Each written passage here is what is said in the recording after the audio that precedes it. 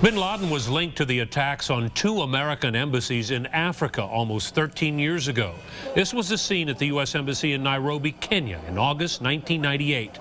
Hundreds there were killed, many more injured, including an American left blinded by the terrorist attack. She now lives here in Central Texas with her husband and granddaughter, and she says she can get on with her life now that Bin Laden is dead. KEYE TV's Chris Coffey joins us live in the newsroom with more on her story. Chris? Ron, Ellen Bomer of Wimberley says we can all breathe a sigh of relief. Now, this is a long time coming for her. She almost lost her life to one of al-Qaeda's first attacks. After I got over the initial shock that they finally did catch him, it was, thank you, Lord, it is finished. And I can get on with it. He's accountable. He's gone. Ellen Bomer of Wimberley says judgment has finally been rendered. She was working for the U.S. Department of Commerce at the U.S. Embassy in Kenya when terrorists linked to Osama bin Laden bombed it in 1998. I was pulled out of the debris at 2:30, 3 o'clock in the afternoon, and I was blind.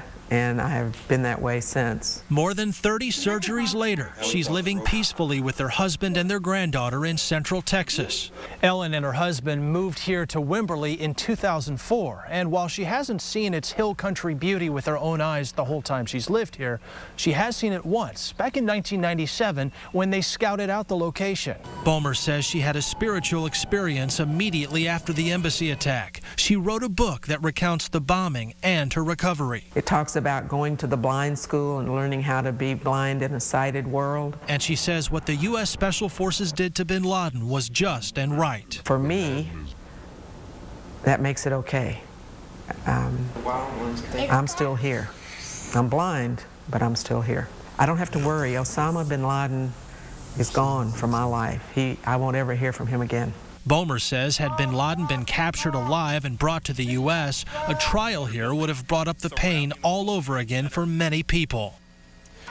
And the name of Ellen Bomer's book is Miss Gloria. It was actually released just a few weeks ago, and the title of the book is a reference to her code name while she was being treated in the hospital after the bombing. Reporting live in the newsroom, I'm Chris Coffey. Now back to you.